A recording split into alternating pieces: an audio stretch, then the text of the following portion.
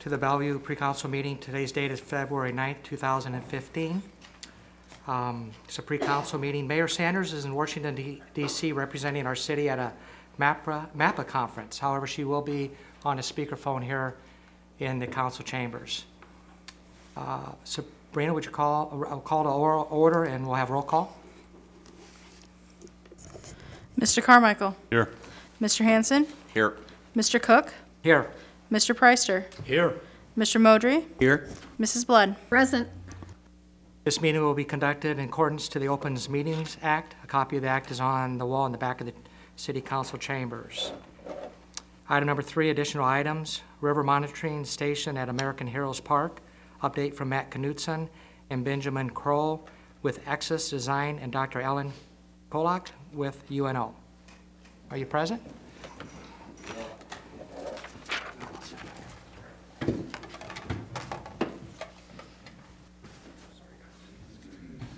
It's going very well on the river testing station at the Kramer plant site, and we're going to show you sort of the updated presentation on where we're at, update you on agencies and decisions made, and our schedule and our budget. So that about covers what we're going to go over.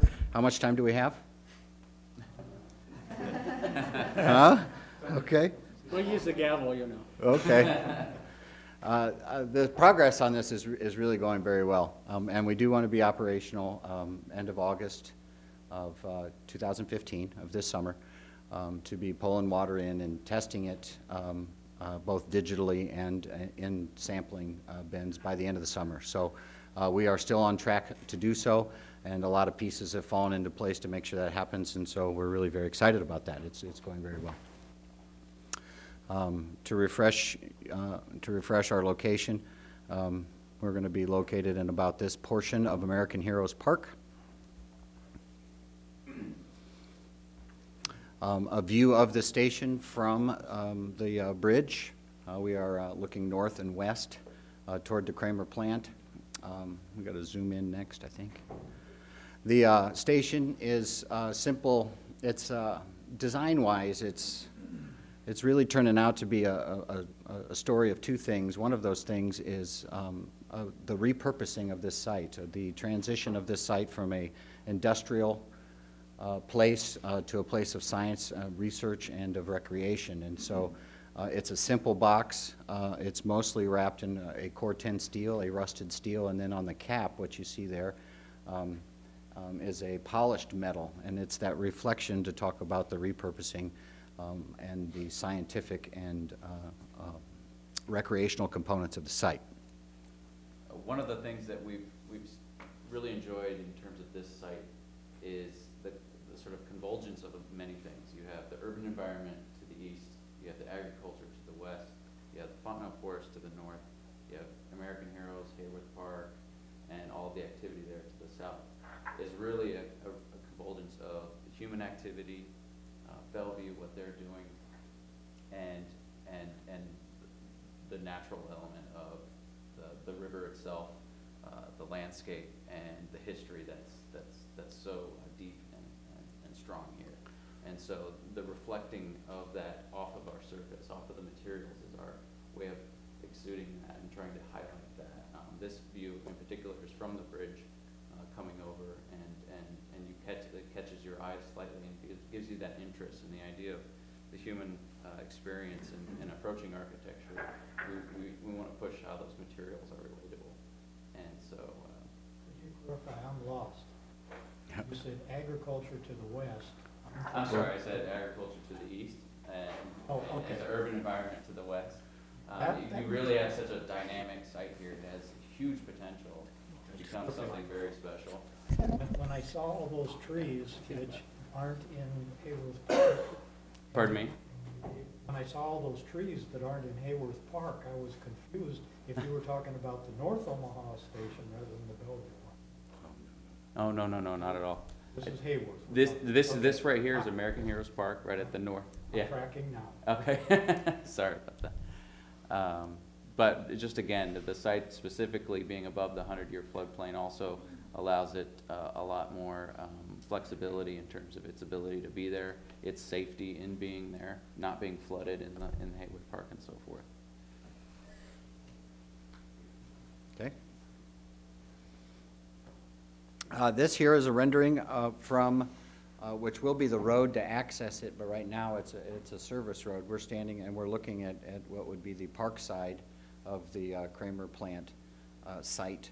And so the new research station is located here through a cut in the wall, but this is the development of a linear plaza with some interpretive signage and some seating to let people know what's going on and a place to stop. And then a site feature here, which is remnants of the wall that we removed from the Kramer plant. We're going to keep it on site. We're going to simply move it down and rebuild it in an artistic way to develop this whole area as a sort of place to be and a setup for future phases to happen at this site.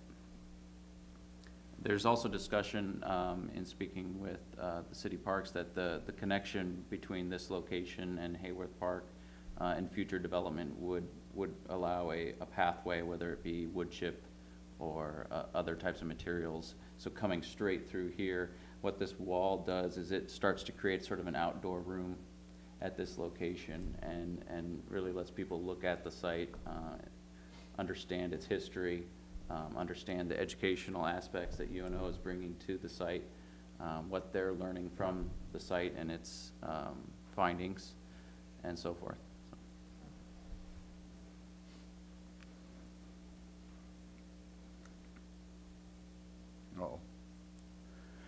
Here's a view from one of the seawalls on the river, just to give this picture really captures sort of the content and what we're doing in a very good way. And like I said, we're really very excited about this, and it's moving forward very well.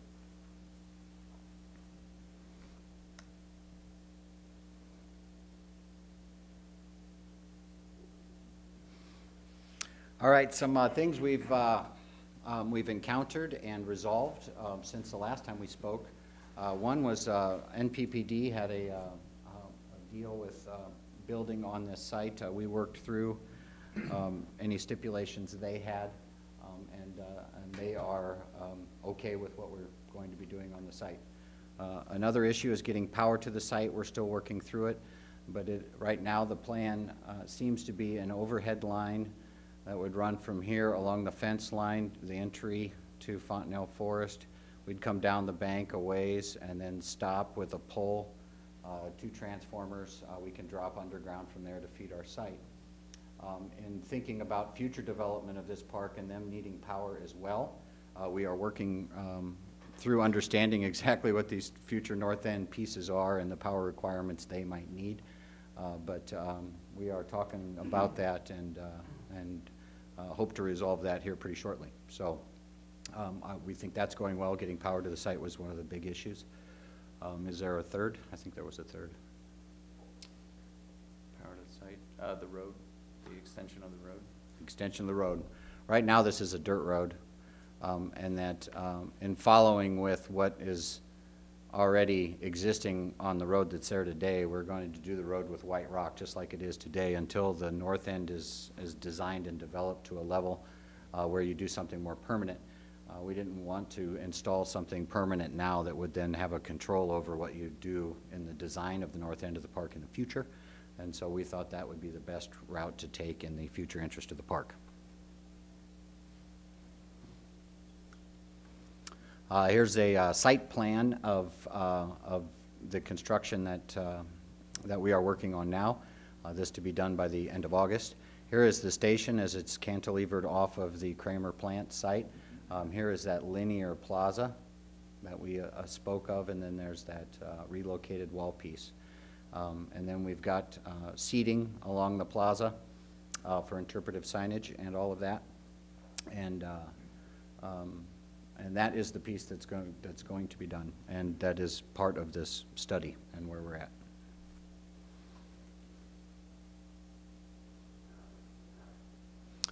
Probably zoom in on this. This is one of those crazy architectural drawings where you pull the building apart and float each piece above each other so you understand how it goes together, kind of like the old model cars kits you'd get. Yeah. Just putting that together, those are always fun. Elevation drawings. How much of the Kramer plant is going to be as it is today is really why I had an interest in showing this slide in this presentation. But this is a view from the park as an architectural drawing. But the hole we're cutting in the existing Kramer plant is just right here, and here's our station. And so the rest of this historical piece is all going to be intact as it is today. That much, right? So our intervention, though it's repurposing the site and reliving it, is really with a design intent to preserve as much of that as we can. We are successfully executing that design goal through this process. There are some fissures that we began to notice on one end, but we're going to accommodate that and try to put in some supports that help support that area so that we don't see any further decay in that corner.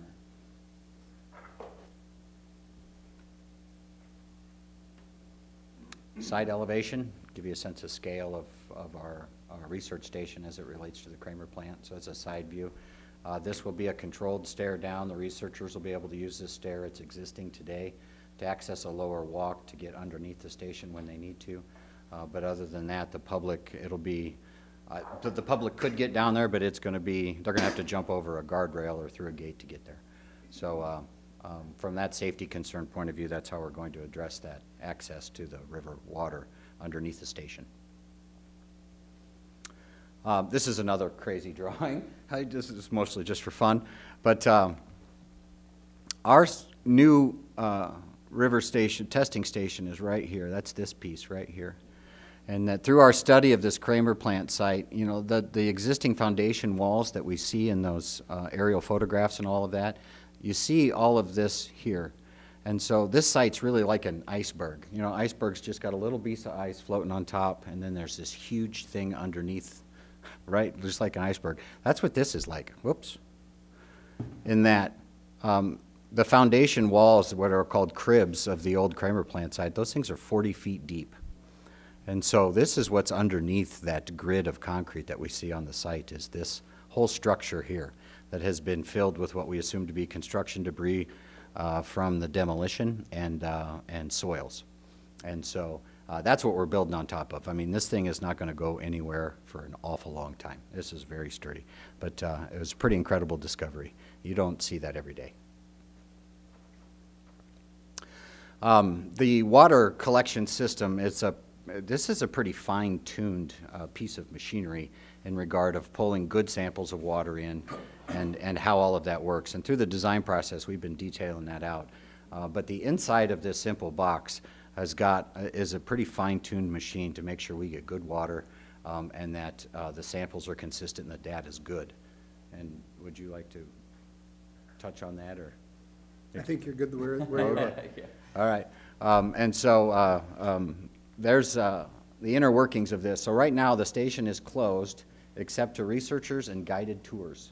And part of the reason for that is because there's a lot of stuff going on inside of there that we just don't want to leave wide open unless under some sort of supervision. And so this begins to talk about sort of the complexity of the innards of this station that we are doing. Right now, the project team is outlined as shown here. Some new developments. This blue swath here is Big Muddy Workshop. As a landscape architect, they're going to be helping us with the parking pad and that plaza, interpretive plaza, and various elements of the site in getting that right, especially plantings, pavings, parking, and the topography of the ground. And then down, the industrial engineer we're using to develop this water collection system, it's Cascade Earth Sciences. They are a subsidiary of Valmont. They deal with irrigation and wells a lot, so they are experts in dealing with natural water and moving it around.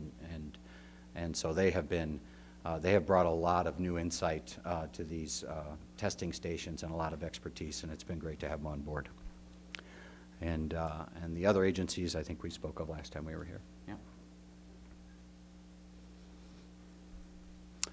Yeah. Cost summary. We have a total construction cost including contractor overhead and profit and a construction contingency of $283,000. It will take to build the station. Project design and agency submission fees and architectural and engineering fees and all of that's another $62,000. So our total project cost is at $345,000 that UNO is investing in this research station and to make this project happen. The other piece down here, this is a highly specialized piece of water testing equipment. The cost of the tester and the installation of that unit is $75,000. Now that's the thing that will every 15 minutes test the water for particulates, for what's the word I'm looking for? Water quality Data. parameters. Water quality parameters every 15 minutes, and then that data goes and is then sent to UNO as they build their databases of what's going on in the river and with the water. And so this is a pretty high-tech piece of equipment that we add to that total project cost. Matt, could I excuse yes. me, hello, everyone. I just wanted to interrupt here just to make the point, and I think I think the city council is aware of this from hearing me talk about this previously, but not only will those data go back to UNO, but those data will be put live on a website, so anyone in Bellevue or anywhere else for that matter, it will be freely available to the public.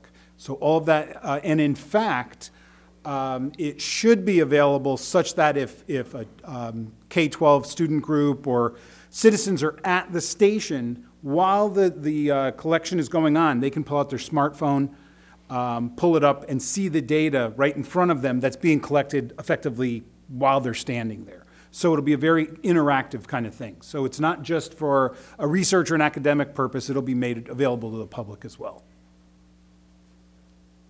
Nice. This is our construction, our project schedule graphic. We are currently in the red box. Documents are to go out to bid 1st of March, and then once we receive the bids and select a contractor, we can begin construction, which you see in the yellow bars here. All to be completed in the month of August, to the end of August, so the station is up and operational at that time. And there's a lot of details about the schedule, but I don't know if we need to talk about all that. Any questions on the schedule? Okay. This from some of the project archives. Before the station was painted as it is today, this is what we were looking at in American Heroes Park, and then after our intervention, we think it's going to read an awful lot like that, which I think is a great moment to talk about the repurposing and rejuvenation of this site. I think those two images tell a pretty good story right there.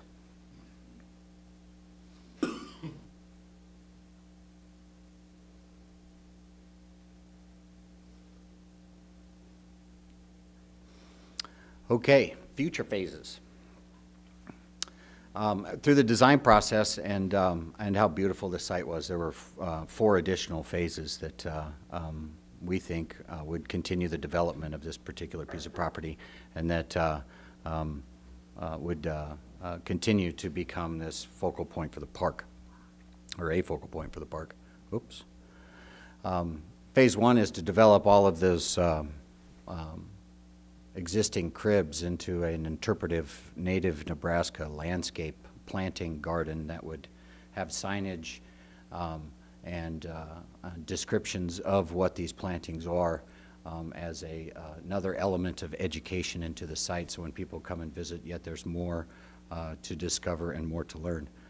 We spoke with a gentleman, Steve Brody at UNO as well, who's quite interested in finding some dollars for that, and himself be sort of a hunter in terms of exuding, again, the natural native grasslands in an interesting way, even going back as far as what was there during Lewis and Clark, what type of plantings were in those areas.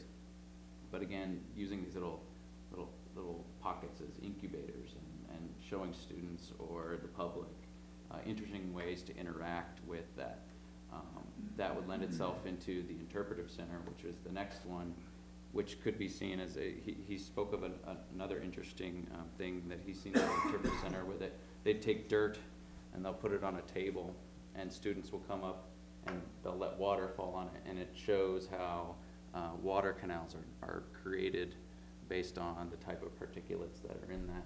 So finding interesting ways to, again, bring the youth to the waterfront. We spoke with a gentleman who was an operation manager at the Kramer plant. And that was the one thing that he walked away from our meeting was, he's like, anything you can get a kid off their couch and get them to the waterfront and really see what's down there would be a terrific thing. And on that point, anything that you can do, I think, connecting the internet the way he's saying, the technology and the physical and the natural, again, convergence of these elements, we think is possible here. We can't stop coming up with ideas for this site. We've stopped at 5 just because that's a good fit on the page. But so yeah, from the native plants. So we have some deep interest from UNO in terms of creating a partnership with the site and trying to really take advantage of the educational values that are here. I think their interests are the educational and how we can create that partnership. The interpretive center would be something that would probably balance itself between the water testing, the information that they're getting from there, how you teach students in new ways in the physical elements outside, as well as the native plants and how we can combine those two in the interpretive center. And that would be just the box at the base there shooting straight out. The river observation walk was an idea of just how do you put people in a situation they really had never been before. So getting out above the water and viewing it from a different perspective opens up other educational values, which would be fishing and wildlife, bird observation, and just also currents. We learned something from the gentleman from the Kramer plant, and when you see ice in the center of the water, pooling in the center of the water, that means the current is going down, and then when it pools to the side, the water level is going up. It's rising, yeah. Because of the science of how the water acts in that sense.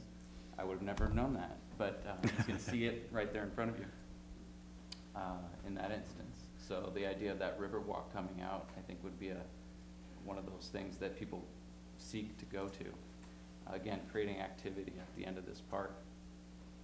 The final element, and I think one of the more exciting ones, is the observation tower.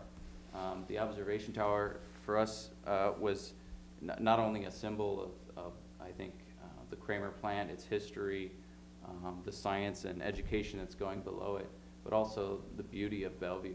And getting at the top of that tower and looking back on Bellevue and looking up and down the riverfront is something that you can't experience anywhere in this region. There's other towers in the area, but not as particular as this. Like I said, seeing agriculture, urban environment, forestry, and the water all at the same moment is quite beautiful. There's currently a organization that does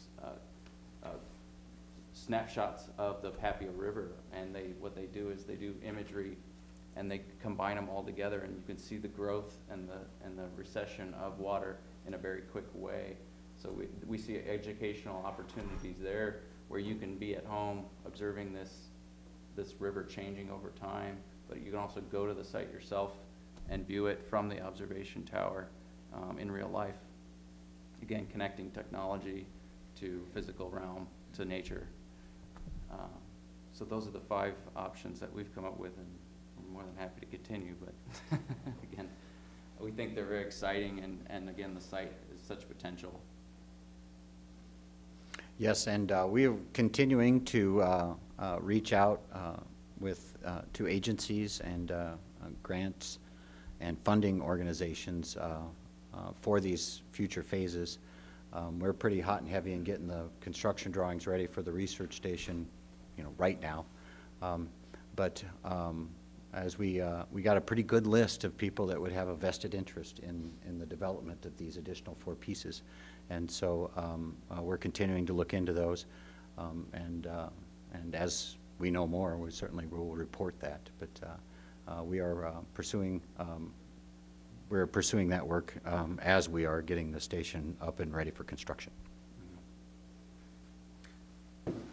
You mentioned the regional aspect of this. One thing I also wanted to talk about is the exposure of this site. I think, again, not being anywhere else in this region but the world in that instance, we had some conversations about it as well, and we think that this station itself, on its own, without the others, will have regional, national, international recognition. Not only adding the other phases will have the same, if not more, recognition. I know Alan is working with a regional science, high school science. I don't know if you want to talk about that a little bit. Yeah, this station lives under the same adage that the Elkhorn River Research Station lives under out on 245th and Q outside of Omaha, which is if we build it, they will come. And despite the fact that this isn't built yet, they're already coming. I am in contact with a high school teacher. His name is Paul Ritter. He teaches at Pontiac High School, which is a small rural high school in Illinois. And he happens to be the 2011 Environmental Science High School Teacher of the Year nationally. So he clearly knows what he's doing with respect to environmental education. And he and a composite of, I believe, 8 high school students are going to visit UNO the first week in March, 4th and 5th of March, and which is a Friday, Saturday. On Saturday, we're going to take them all on a tour out to the Elkhorn River Station and then to the Missouri River Station as it stands today to see the site. There's a tremendous amount of interest, both from environmental awareness and stewardship, but also from environmental education about this site already, just from word of mouth from Benjamin and Matt and myself.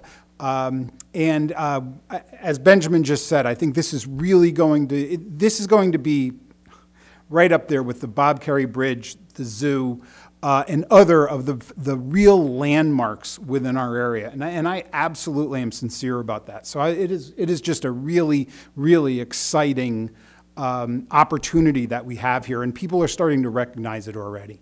Incidentally, if I believe I'm pretty certain Carol has my email. I would be delighted to have these students from Pontiac meet with some of the Bellevue High School students. I would be delighted to facilitate that. They could either meet at UNO on Friday or they could meet at the park on Saturday. And perhaps we should have an email conversation about that, and we can facilitate that. I do want to, excuse me. I do want to have one thing to add. Since this is a project that will likely be of national significance, I've taken the initiative to have Matt and Ben submit a RFQ or RFP for finalizing the design and the architecture and then the cost estimates to that. From that proposal, I'll have enough information to submit grants to have that work completed. So we'll keep looking for grants on this and keep moving forward with phases 2 through 5. And I tell you, the level of detail and thought that has gone into this has impressed me, and I give Ben and Matt and Dr. Kolak a lot of credit because I myself have learned a lot about the Kramer plant by working with them on this project. And it's a very exciting project because I believe Dr. Kolak is right. This will definitely be a big draw from an educational and naturalist concept. More importantly, people driving over the bridge are just going to look at it and go, what's over there? You know, just a simple curiosity is going to have people come take a look at it. So I appreciate being able to work with these gentlemen on this project. So we'll keep looking. We'll keep looking for some funding and get it done. All right, that concludes our update of what's going on today. Any questions? Go ahead, Councilman Blood. This isn't as Councilperson. much fun as what you've been talking about. But the first thing that comes to mind when I see all these wonderful amenities is what will you be doing for security? I mean, obviously you're going to be building fences and that's a no-brainer, but will you have video cameras? Have you worked with our chief of police and talked to him a little bit about the environment there? Having such a nice amenity, not that we have a high crime rate in Bellevue, but we are right next to Iowa, and you know what they say about Iowans. Uh-oh. I was just kidding. I was just kidding. Well, But sincerely, I hope that you would work with our law enforcement a little bit on that part of it, because that is on the edge of town, and as night falls, not a high-traffic area. We'd want to protect this beautiful amenity that's along the river. So I'd like to hear a little bit, if you know right now, what you're going to be doing for security. Yeah, Carol, and I don't know if you remember, but at a subsequent, a previous city council meeting, we talked a little bit about this. It was probably the first time I came here. And what's worked very successfully at the Elkhorn River Station, even though the Elkhorn River Station is at 245th and Q, so it's remote. What's worked there very effectively is the combination of cameras and motion detecting floodlights. And that has, other than raccoons, that has pretty much put the kibosh on any type of vandalism. And fortunately, there's only one of a couple of very small things that raccoons can do, so they're not that much of a problem. But another thing that we had talked about would be having the cameras, at the Elkhorn Station, the cameras report to the main campus. So it's 150 blocks away, and it's really more of a deterrent just from the lights more than anything else. And it's kind of, in a way, a bluff. But here we would have the opportunity to either have a camera at the toll booth, which is something we had talked about previously, or possibly at the police station. So we would have a way that the actualization of security would be a little more real than what it is at the Elkhorn Station. And we're certainly willing to work with the chief of police or anyone else regarding those type of options. I'd encourage you to do so, because we have so many people that are trained on environmental security, where maybe they might see things. And I know that there's people that you know that teach that very thing as well, but they're very familiar with our area. Sure. And he may know of something that doesn't come to mind because you're not as familiar with that part of town. So I strongly do encourage you to.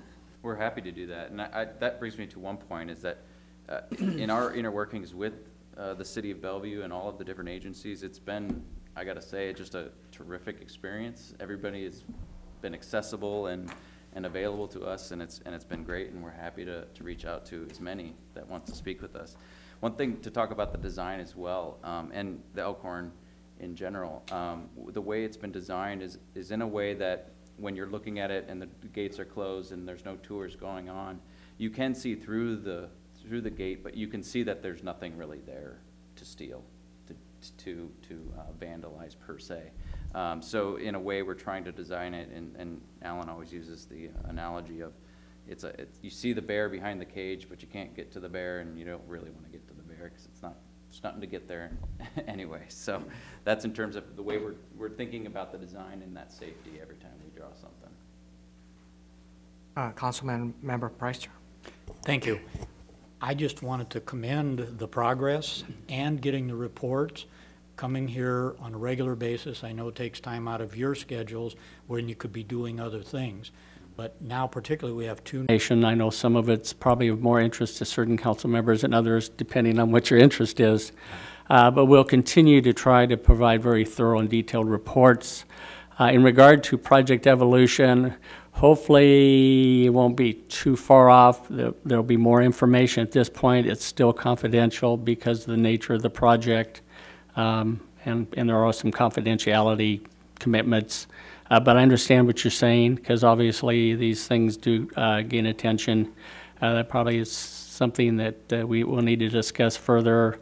Time frame probably would dictate as to how soon something is made public. A lot of it would depend on how this project moves forward, whether Bellevue continues to be in the running for the project or not. But at this point, It's all I can really divulge publicly. One thing I did want to add to my part of the report, I always do a section on state legislation. I cited a number of bills that are of importance to Bellevue and other municipalities, some of it dealing with fiscal impact. One bill I did not note, but which is up for public hearing tomorrow before the Education Committee. It's Senator Crawford's Legislative Bill 392. In our strategic planning session, one of the key issues we talked about were school district boundaries. Senator Crawford, through discussions with the City of Papillion, City of Bellevue, and the school districts are involved, has submitted this legislation. Probably the important element with this particular bill, there's a number of bills that have been brought forward that address the learning community issue. Some of it obviously deals with concern over the allocation of the levy authority. This particular bill, though, was important to Bellevue and Papillion because Senator Crawford includes in this bill a very sound, rational, and equitable approach for resolving district boundaries. Where you have a situation where you have several districts that are potentially negotiating and discussing movement of school boundaries. It's always been a difficulty in terms of how are those boundaries adjusted, what is the financial impact or shift as a result of that. Her bill provides a specific mechanisms for districts to utilize to resolve the financial issue. And so we will be present at that public hearing tomorrow. To testify, obviously, on behalf of Bellevue. I'm sure the City of Papillion will as well as the League of Municipalities. So I did want to make sure that was brought before your attention at the next council meeting, make sure, or before then. Importantly, hopefully this bill will be voted out of committee in an expeditious manner to get to the full legislative body of the state to act on. But I did want to add that as an additional item on my report.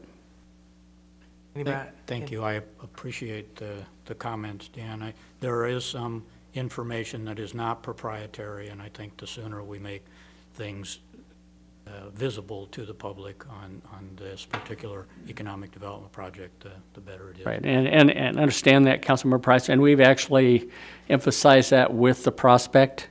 That it's really important going forward that there be as much information brought available. And they've said they want to be open exactly. to disclosing, so we just need to do that. And we'll make every effort to move that forward.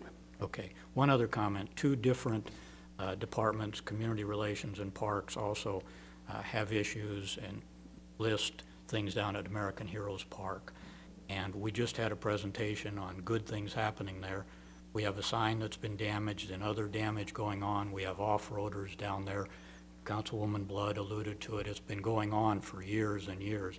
It's not people from Iowa. Unfortunately, it's probably people from right here in Nebraska. We have to take our own responsibility that there are some, not many, but a few very irresponsible people who are spinning brodies, cutting up the turf, who are off-roading down there, who are destroying signs, who are going back through what should be a trail and not a driveway, driving up into Fontenelle Forest.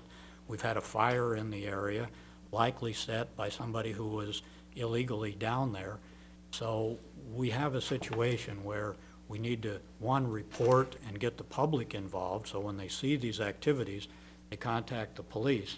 The police have been called there many times, but my point is, it's a wonderful area, we're developing it. We got to deal with these people, and we need the public's help. We need people with eyes and ears down there letting us know there are problems so we can try and address them. The cameras, I think, are going to be a big help. The other issue I want to comment on is wastewater. We had an issue of raising sewer fees, and our wastewater department is doing an exceptional job. Again, I commend staff. Jeff Roberts has done a great job, and Dan Berlowitz and our hiring team in hiring Epiphany Ramos. She's fantastic. Her reports are detailed and exceptional. She is going by improvements, starting management kinds of things, assessing contracts. I mean, the detail is incredible, and there must be at least twins over there doing all that work. So I think it's great that we're doing those things, and we need to commend staff and the people doing good work, because all too often they don't get recognized for what they're doing. So that department in particular, right now, I want to underscore and thank, because I think it's really moving ahead in the direction we need to go. And Councilmember Price, I know Epiphany is very appreciative of the support and recognition of the very good work she's done in terms of analyzing the impact of the rate increase and being responsive to questions in regard to the wastewater area. So I know we're appreciative of that recognition. Councilmember Bullitt? This question's for Dan. I have been reading the Army Corps of Engineers report, and we're still 2 months away from the end of the season where we have to be concerned for flooding. And I was curious where on this report that we could start seeing information should additional concerns arise. I noticed that some of the dams they refer to, some of the with all the snow that we've had in the central United States. Snowpack. It's nice to be prepared and not be surprised, and I'd like to know as a council person, not just reading on my own, where I would look in this report should we need to start preparing for another flood, God forbid. Well, we monitored that. I don't know, Jeff, if you want to jump in, or Perry, but that's information that we do pay attention to. That's information we can easily provide in the report as a section. Yeah, there's a website that the Corps of Engineers has, and it predicts the water elevations based on the flow that's being released, and we monitor that daily. We get a report that comes in every day. If it looks like there's going to be some issues, then that we're right there to know that you know, we need to watch out for it to make sure that we get everything protected, pull things out of the park that need to be at that time. But yeah, we're at a low right now, but it is going to start picking up, and we'll keep an eye on it. And it did show that there were several red flags already, and that's what I was concerned about. So should you see those red flags coming closer to us, would that be something that you could share with us in the report? Because I know Yeah. you want one more thing to do in your Yeah, we can start report. adding that into if you'd like to see that. It's no problem. I think especially the magnitude of money that it cost us, the last flooding, I know as a council person that I'd like to be prepared, and that also would help you guys when you come to us and say, hey, we've got to find funds to do this, this, and this. If we're informed, we're better legislators. Yeah, that's no problem. We can do that. And I might interject, Carol, clearly the 2011 flood was a major learning experience because of the magnitude of it. Probably if there are good things that come out of an event like that, we did a tremendous amount of planning with emergency management, not only at the state, county, and also at our level with our fire department and our public safety people, public works. We know some things ahead of time in terms of proactive measures to take if need be. We also are much better prepared should more of a sustained event occur as well. So, you know, 3.5 years ago, we were literally getting our feet wet. Right. But I think at this point, I mean, there's always those predictable elements that come along in any event, but we will monitor it. We'll provide information to council, and again, we're way ahead of the curve this time around in terms of being prepared. And I don't disagree with any of that. I think that the staff that we have in place is exceptional staff, and they know what the heck they're doing. For me, on my end, I would like us to be, I don't want to be the only person that's going to be going to that site and checking on it, and I'm still going to let you guys do your jobs. I just want to be informed about what's going on at our local level, because something's going to happen according to the reports that I saw, and it's not going to be the magnitude of 2011, I'm sure, but it would be nice to keep us informed. We will do that. Thank you. Any other comments? I don't know if the mayor, does Mayor Sanders, Mayor Sanders, are you still here? She's gone. Okay. Yeah. All right, item number 4, review and discussion without action of items on the agenda for the regular council meeting at 6 p.m. on Friday, February 9th, 2015.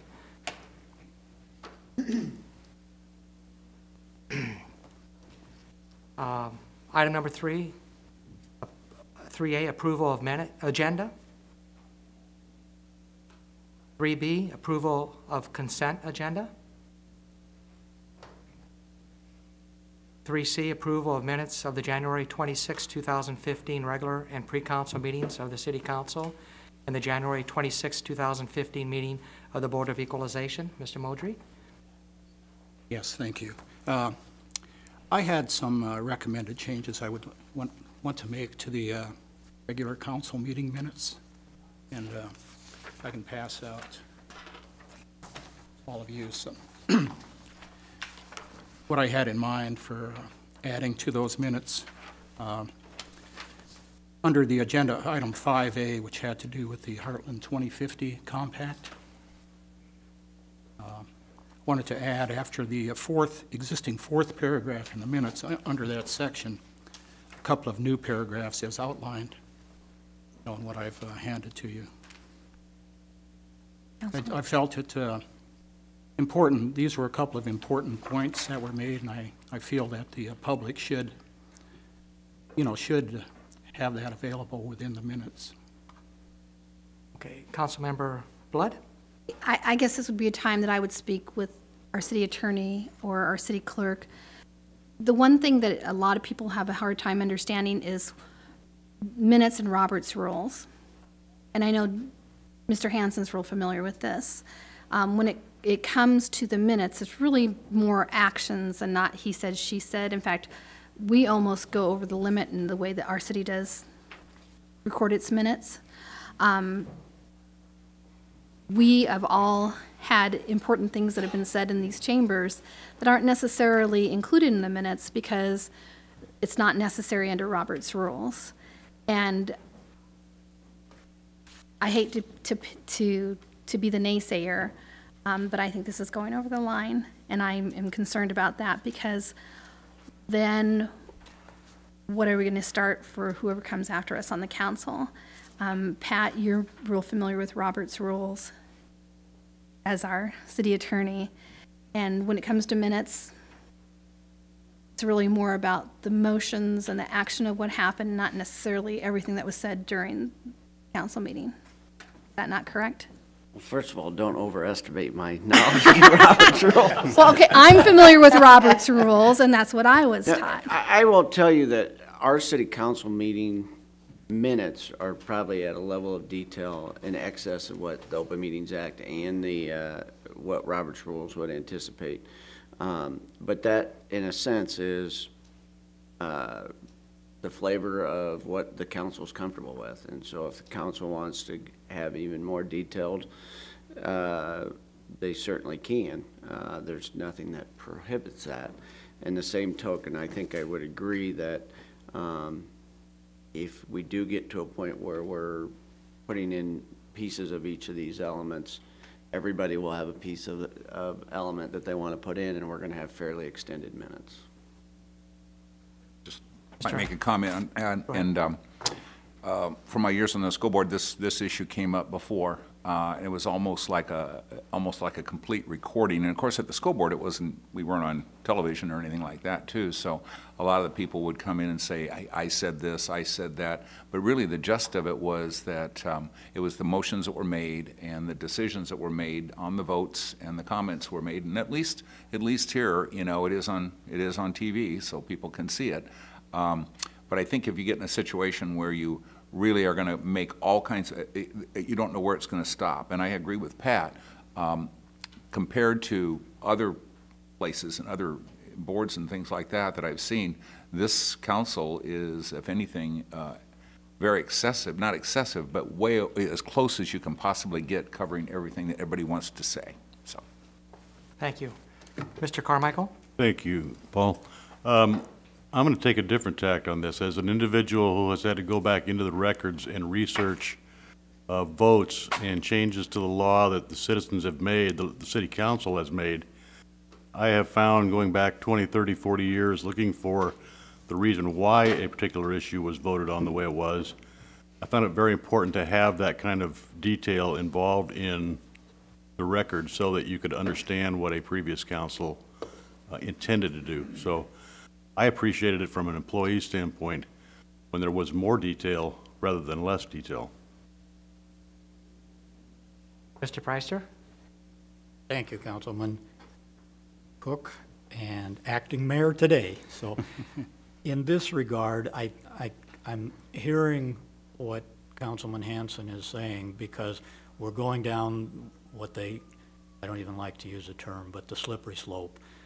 Because in the past, and this is unprecedented in my time here, I've never had this kind of an amendment come up.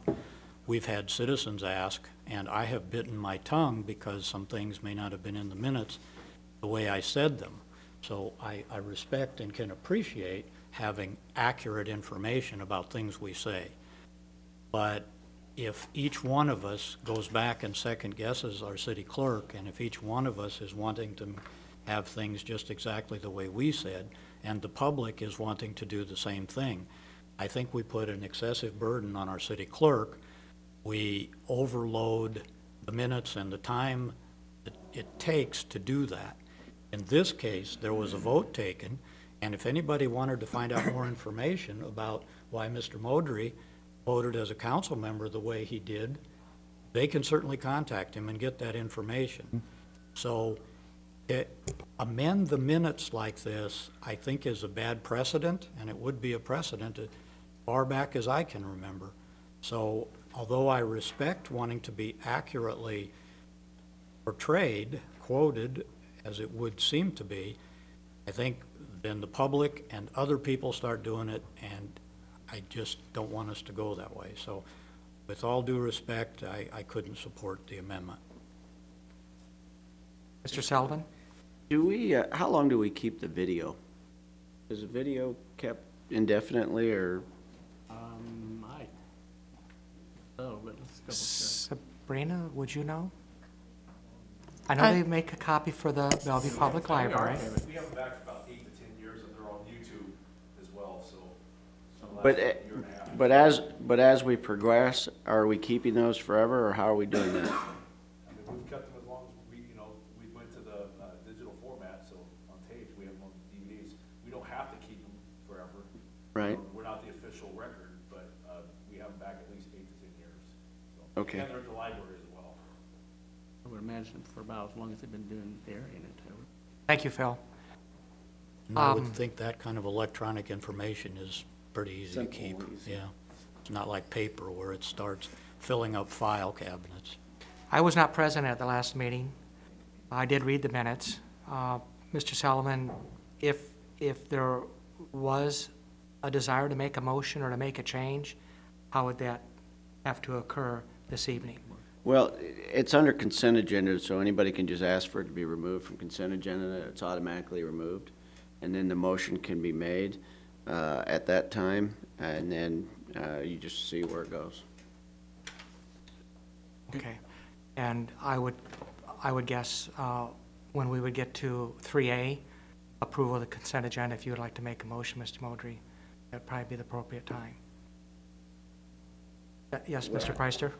At the time that we get approval of consent agenda, Mr. Modry can just ask for that item to be removed, and then we'll vote on the consent agenda with that removed, and then we'll go on to 3C, and then the motion will have to be made, one to approve the minutes, and then if there's a second motion to amend. Okay. Okay, and I appreciate the explanation, and I do appreciate Mr. Modry bringing it up at the pre-council meeting. I noticed that in the previous meeting, the council has a pre-council meeting designed to ask questions and to get information.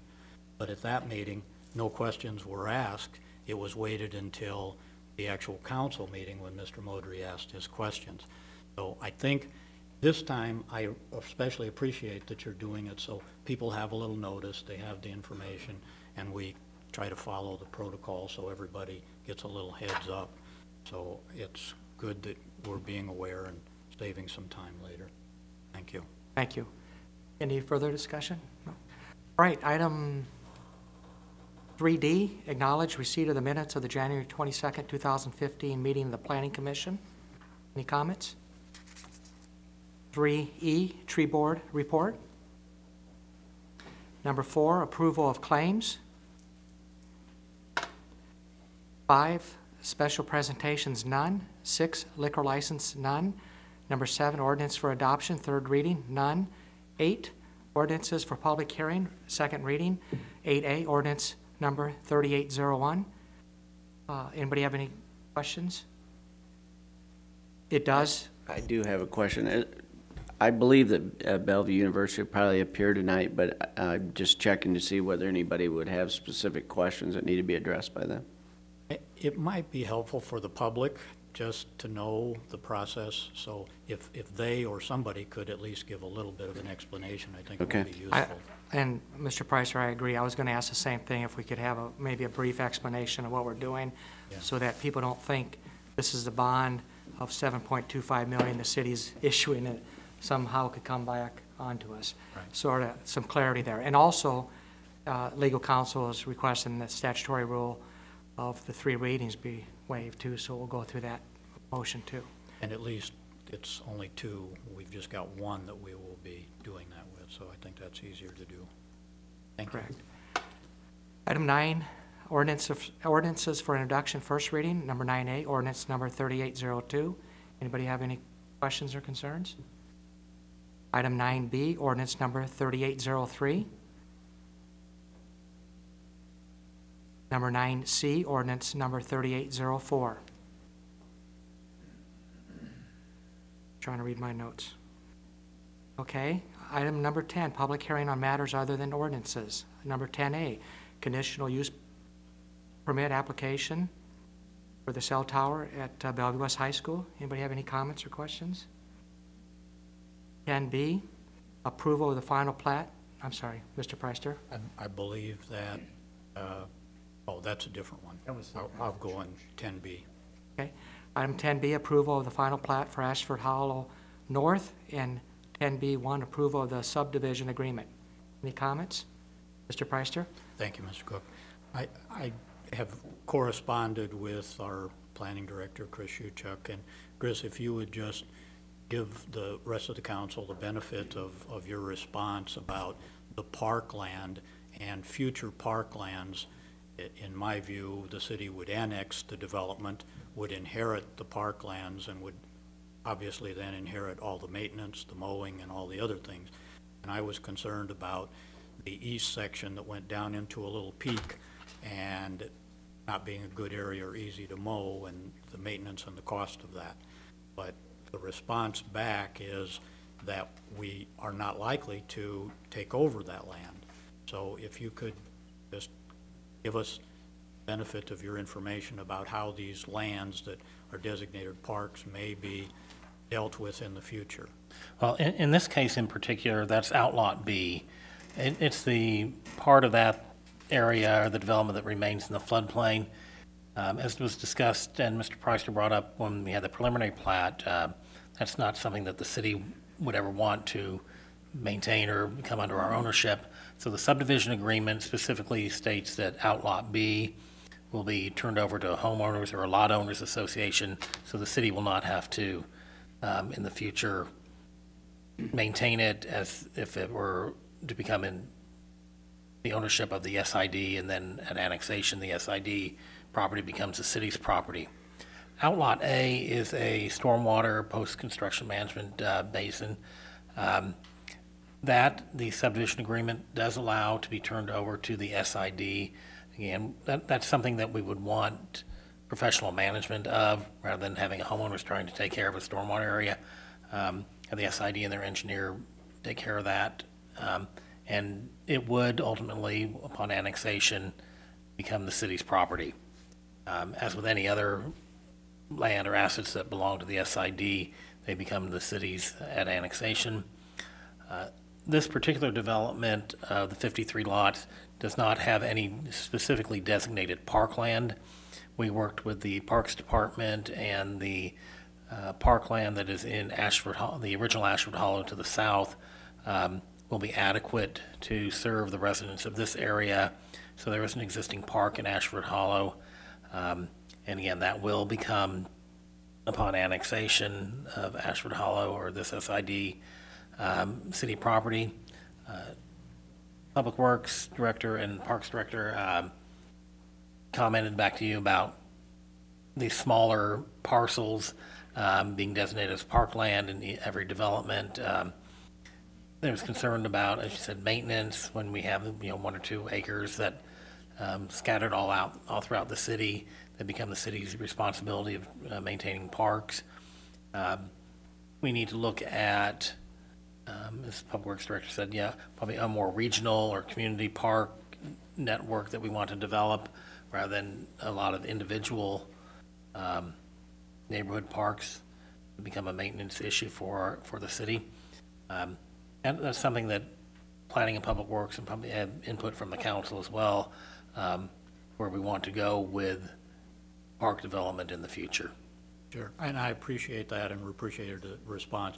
It's just in keeping that we're trying to enhance planning, which is your department, and coordinating so that the streets and the parks and the maintenance, as the city inherits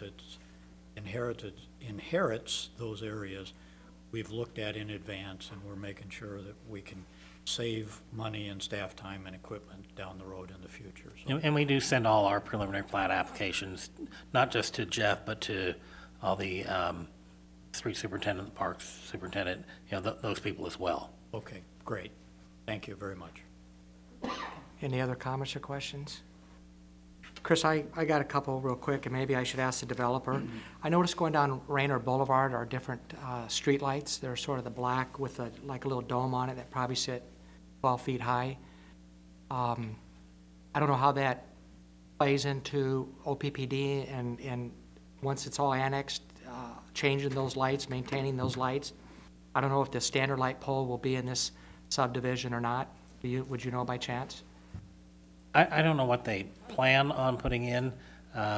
If they're not standard light poles, they become a developer cost in accordance with the subdivision agreement. I'm just worried about when we annex someday that, if we start getting different types of light poles, it is not the standard pole that we see. I drove down it just the other day, and it is a different pole setup. Those decorative poles are paid for, and they pay outright the cost for them. And then once we annex that area, then we'll just pay the typical $17 to $25 a pole, depending on what they are. Change the lights? I'm sorry? If the light burns out? Then OPPD still pays for that, yes. That's part of that maintenance agreement. We pay the monthly electric fee. Right. But any decorative pole that's substandard to, or not substandard, but not your typical, that's paid full cost up front.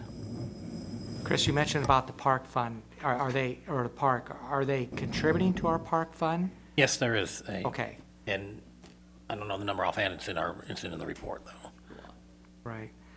One thing I've noticed, this is really the first development that we've had really on top, next to that creek. I don't know what the city's liability would be down in the future. Today, once the homes are being built, and once we would annex that area, if we would ever have any major water issues, or water coming out of the banks, or sewers, storm sewers backing up, is there any liability on the city while they are a SID, and more so once they would be annexed? The situations that we've been seeing in some of the older neighborhoods, the way they develop those are no longer allowed to be developed that way. So the NRD in the core requires a certain amount of setbacks, certain geometric features, which prevents the channel from migrating like what has in the past. So we should never have any issues with that again in the newer areas. And obviously, for my concern is what happened this past summer, like at 36 in the bridge right behind that, like Baker's. We did have water come over the banks. We did have some washout and damage. I'm just concerned that should that happen on the road. Again, that bridge was built at a time when they didn't have quite the stringent restrictions on it, and so you won't come across it anymore. And one last thing, it looks like the entrance on Raynor Boulevard, the one away from the bridge, farther to the west, it looks like there might be a medium. Is that going to be a low maintenance? If I'm looking at the diagram right, is that going to be something that, again, a lot of times when we annex these subdivisions, we have, little pieces of land that eventually we want to get rid of, and we or not probably wanting to maintain somewhat of an entry. Those are typically something that, like a homeowners association takes care of. If there's a planting, they may put the sign regulations allow a neighborhood sign be posted in the median there, and typically they are maintained by the homeowners association. If it comes down to after annexation, they want the city to maintain it. My guess is that if there's not funding or manpower to do it, it won't get done. And the reason why I'm asking is, experience of living in a SID and being annexed.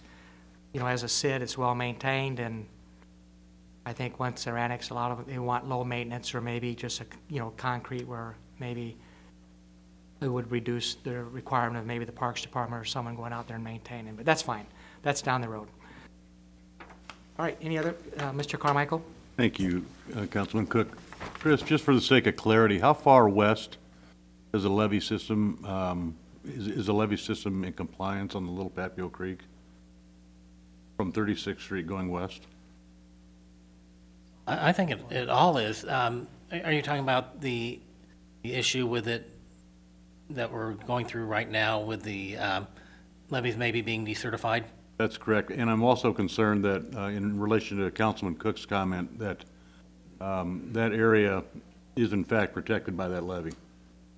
Back to the first question, the core study that is reviewing the levees and may possibly decertify the levees stops back at like Highway 75. That does not come up this far at all. It's just down at the far end of the Papio Creek. The levee there is still protects the 100-year flood, and there's no concern that I'm aware of it not being certified for the 100-year flood. And is that bridge compliant that traverses 36th Street across the creek there with the elevation requirements? At 36th Street? At Twin Creek? Yes. Well, as far as compliant, I don't know. What happened back when, and there was a railroad there, is my understanding, and the road and the bridge were built at the grade of the railroad, which was really lower than it should have been. But it was built at that elevation, which is really too low for and that's the West Branch at that location. So that bridge was built really lower than it should have been. Okay, thank you. I'm confident that the newer bridge on Rainer Parkway over the creek is, and that was done in the last probably 10 or 15 years, is good. Won't have that problem. Chris, I believe, Jeff, the 48th Street Bridge and the Rainer Boulevard Bridge are probably built today's standards and probably would not today cause any problem. It's just the next bridge at 36th Street being lower, we get debris stuck there, and then it all starts backing up. And part of the reason why I brought it up was simply because I know that some of the vacant land down there, within the last year or two, I've seen it probably built up for feet, and I'm assuming those are FEMA requirements. So what I'm trying to think of is down the road, as more water and water comes down there, and I'm sure NRD will address their issues, but the concern is what we saw this last summer where we did get water over the dike in that general area. I mean, I know it was a little bit to the east, but a few blocks, but it was somewhat still in that general area. So, all right. Anybody have any other questions or concerns? Thank you. Item number 11, resolutions number, or 11A, resolution number 2015-3. Anybody have any questions? Number 12, current business. 12A, acknowledgement of nomination of Heather Kinsley. 12B, request permission to seek bids for the 2015 overlay projects. Mr. Carmichael? Thank you, Councilman Cook. In relation to Councilman Priester's comments earlier, I just want to thank the Public Works Department for giving me all the information they did this weekend with respect to the overlay projects that are anticipated on this item. It's really helpful in helping me make a decision on what they've proposed, so I appreciate that, Jeff. Any other comments? Item number 12C, request permission to seek bids from qualified contractors for the Harlan Drive Bridge Repairs Project. Item number 12, current business. Continue, 12D, request permission to seek proposals for the splash pad in Hastings Banner Park. 12E, approval of the low bid from Cunningham Recreation pertaining to the shelters in Hayworth Park, and for the mayor to sign the contract. Mr. Preister? Thank you, Councilman Cook. Just, Jeff, if I could get you to share the information that you shared with me. In the past, the council didn't want to put anything down in Hayworth Park that was likely to be damaged by flooding. So to put a pavilion in like the old ones that had brick concrete walls didn't make sense. So would you let us know what these pavilions are going to be like and some guidelines, please? Thank you. Yeah, the original ones that were down there were actual structures, building structures, and to replace them now, FEMA won't let us put the same type of structure in. So what we're looking at, these pavilions are 24 by 60 or something like that. They're pretty good sized ones. They'll have grills on the ends of them, but they're basically a monopole on each end of the building, so it's a flow-through structure.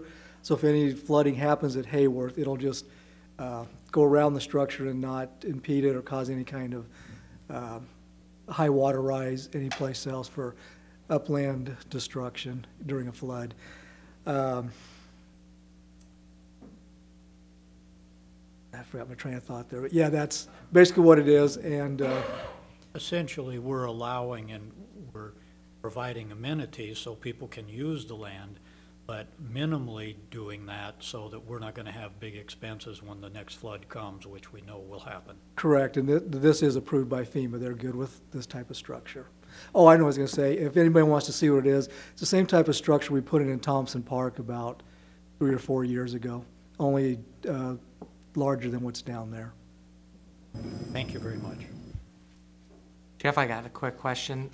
Location, are they going to be around playground areas, restrooms, or where have you identified the locations for them? Yes, we have. I'm going to let Mike tell you where they're at because I'm not exactly sure where they're located.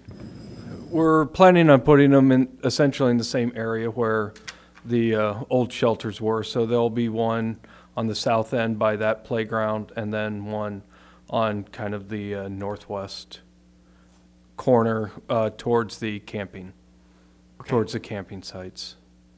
Yep, all right. Okay. And then also, Councilman Preister, the poles are powder coated and rust resistant. I did find that out to answer your email from yesterday. So, okay. Thank you. Yep. Hold on. Excuse me. Sorry, Rich. Just one thing as I was looking at this item, I think this might be an appropriate use of park funds. You know, we have about 429,000 in park funds, and I know in the information you have, it said that we would ask to use community betterment. However, I think this might be a candidate for those park funds since it really benefits the whole city. That is one park that really benefits the whole city. So I'd like you to consider that instead of the use of community betterment because it's more restrictive. Our park fund, it's more restrictive on its use than community betterment. And since those funds are sitting there, we expect to have about 273,000 of park funds available. So, and it might just be since we'll be submitting some information to FEMA, maybe accept the bid with any unreimbursed balance coming from the park fund instead of a specific dollar amount, because as we go back and forth with them, that dollar could change. Rich, real quick, so you're saying in a motion, it refers here to community betterment, and you're saying you would prefer that to be the park fund? In a motion? I guess I defer to Chris Shuchuk because he understands the park funds, and as those SIDs come in, they pay us money. I think we've discussed it before. Do you think that would be an appropriate use? Yes, the Park Development Fund has money for both regional parks and trails the money comes from SIDs when they are developed or any new development. This would certainly be an appropriate use for the regional park portion of that money. And I think everybody is aware that the Southwest Trail that has been approved by the council is, I believe that's money for that. The city's portion of money is also coming from the trail portion of the Park Development Fund. And it is a small amount, so I don't think you have to worry that we aren't going to be able to have parks in the future if we just use this small amount. I have one more question. I know that the one shelter that was by the south shelter sort of by the restroom and the entrance to the old marina had a water spigot and electricity. Will these shelters have that to allow, depending on what type of activity is there, to have water and electricity? They are being purchased with the cutouts for electrical, and we will be putting electrical back in both and making sure that the water is there too. Thank you. Mr. Preister? Thank you, Councilman Cook. I just want to thank Mike and also Rich Severson for the suggestions, particularly the suggestion of the fund to use the park funds, because those funds are there to use, and sometimes we don't think about which fund is most appropriate at the time to make the motion. So I like the suggestion, and I think since we don't know a dollar amount, and these shelters are really add-ons, we're doing them because there was some extra money and we can do it. So I appreciate, Mike, that we're doing that, and Rich, that you're suggesting where these funds come from. So please keep us informed of any of those selections and other staff as well, so we can make the best decisions. Thank you. Thank you. Any other discussion? All right, 12F, approval of sale and purchase agreement between Two Springs Development Corporation and the City of Bellevue. Mr. Sullivan? I handed out to everybody an aerial map. That really tiny sliver is what we're looking at.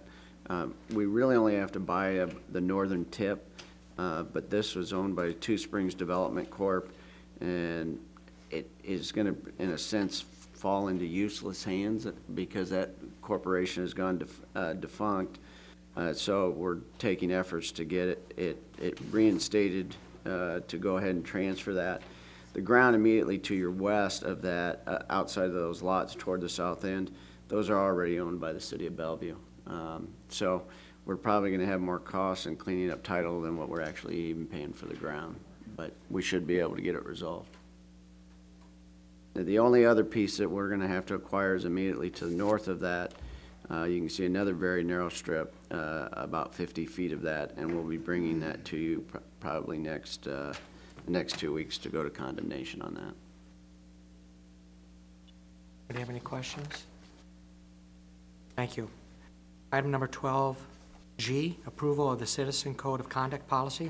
Mr. Berlowitz? And then I know Steve may have some questions. I want to give a little background on this. I don't know whether you saw it when you came. There was an email that I had my assistant Laurie Burks prepare in response to some questions that Councilmember Carmichael had. Along with it, that I also made a copy of the cover page and a relevant section from our 2014-2016 strategic plan. This year, we made, as we did in 2014-16, one of our key initiatives was to increase efficiency in city operations. If you go to the very last page of that handout, I didn't include the whole plan, under key action number 8, one of the key actions was to develop what was referred to as a needy people / customer service / civility procedures. And in essence, staff was tasked with developing a customer service civility procedures to present to council. I'll give a little more information on probably the impetus, and I think Councilmember Preister maybe remembers that as well. One of the concerns that in the 2014 retreat was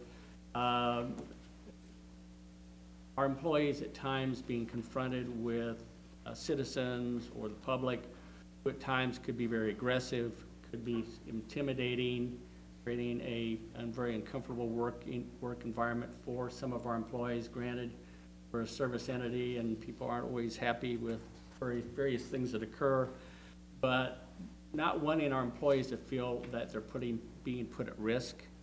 It's very similar to why we have police presence at our council meetings. And so I had tasked, and as the plan indicates, Assistant City Administrator Burks and Administrative Services Director Karen Jackson went out and did some research. The International City Management Association had brought forth at some international conferences for the last several years information on municipalities creating civility policies and procedures. And so they didn't reinvent the wheel. They did go out and research what had been developed by other municipalities across the country. And what's before you, it's pretty simple, but it's pretty straightforward.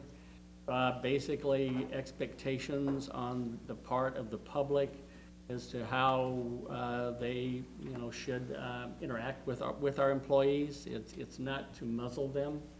It's not to restrict them, only so that they're aware that they do have to be civil to our employees, just as we expect our employees to be courteous and civil to the public.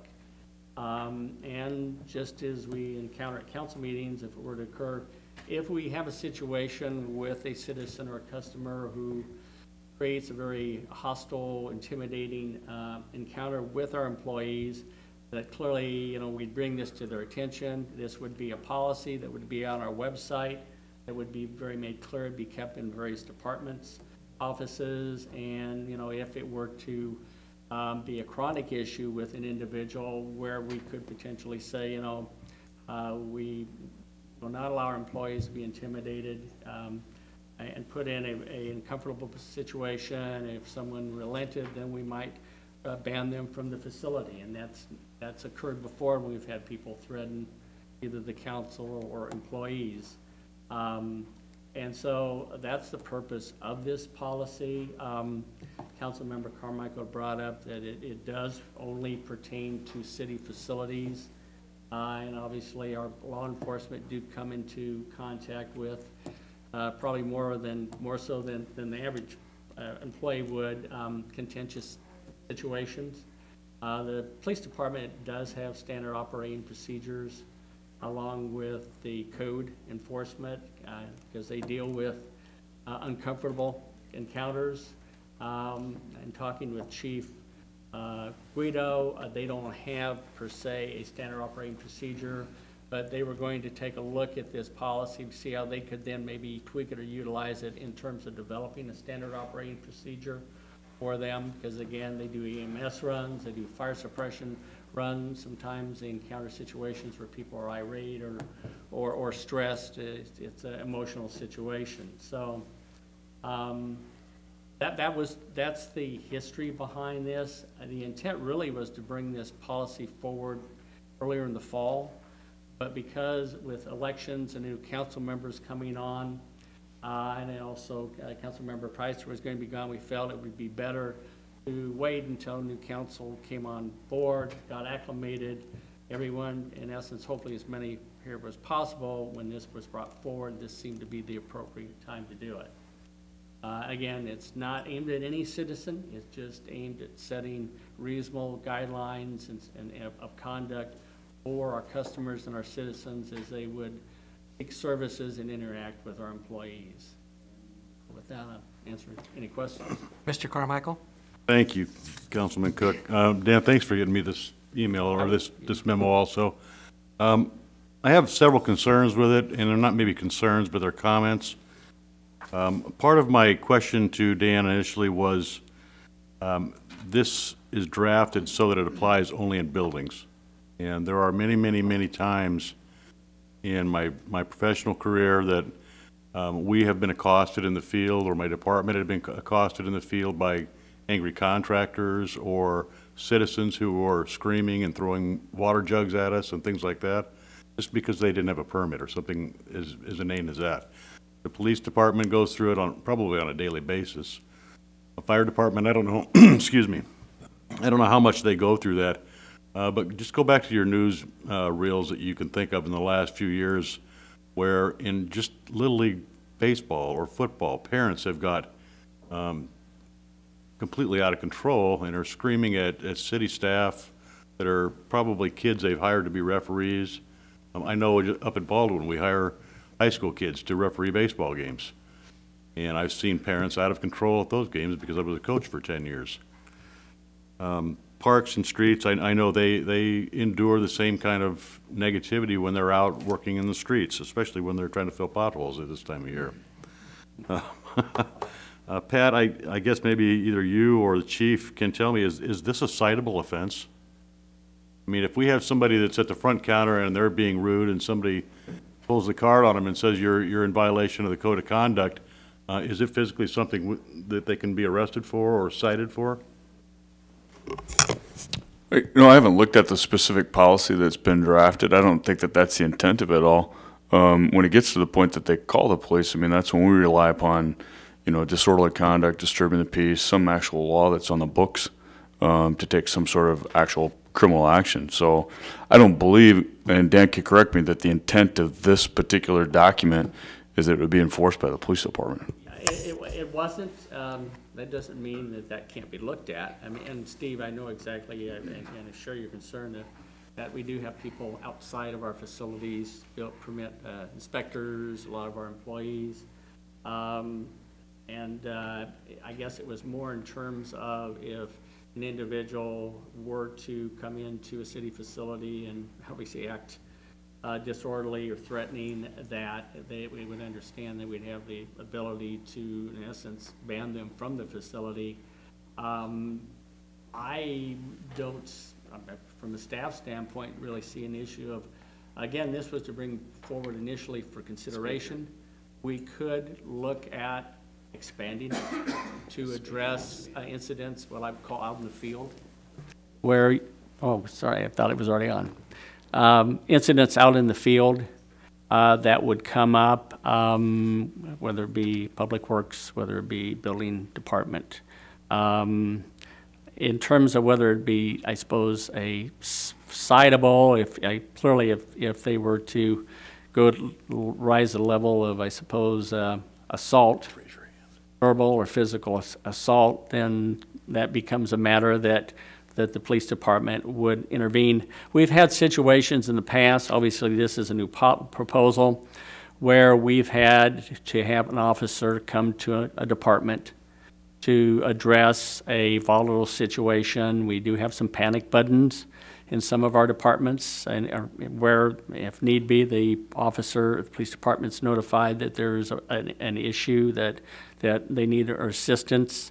So I don't know, that's something we could have legal look at. I did have legal look at it to make sure that what was being proposed was not violating any, might say, civil rights or public rights on the part of citizens, and we're clear there.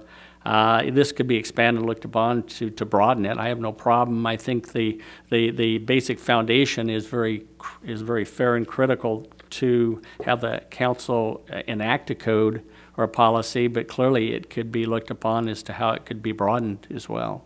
Well, just to continue on, I'll be done in a minute, John. I take it pretty seriously when we intend to ban somebody from a public building for voicing their free speech, to get up and talk, whether it's in a positive form or a negative form, to their representatives that are elected. I don't know who's going to be the individual that enforces that. Will that be the mayor? Will that be the city administrator? Will that be one of the council that decides that we're going to take up or take an issue with something that somebody said something about us personally or professionally?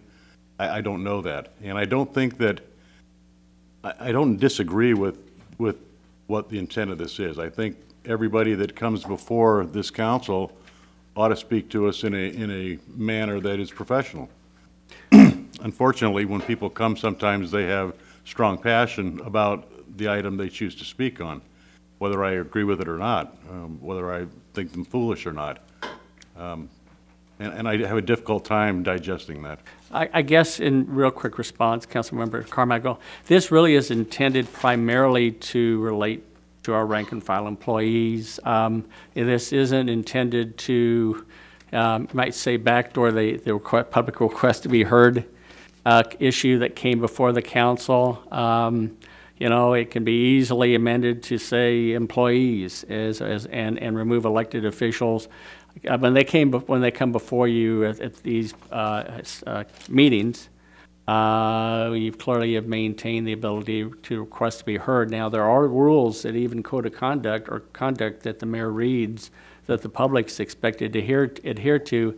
If they violate those, I would imagine the mayor, as chief elected official, would ask that the law enforcement present remove that person from the chambers.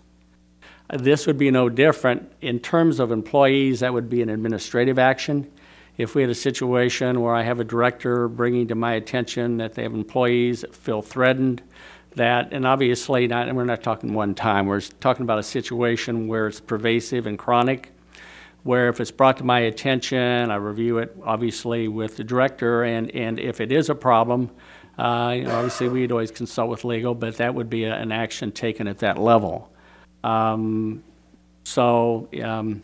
in terms, it's not intended to restrict their ability to speak with elected officials, appointed or rank and file employees. It's to set just decency and ground rules as to how they would do so. And it's not really any different than what the mayor reads per se at a council meeting. It's just that that's at a council meeting. And when people come into administrative services for HR, or they come into the building inspection department, or they come into public works or parks, we would now have obviously something that clearly would be visible for them so they know what we expect.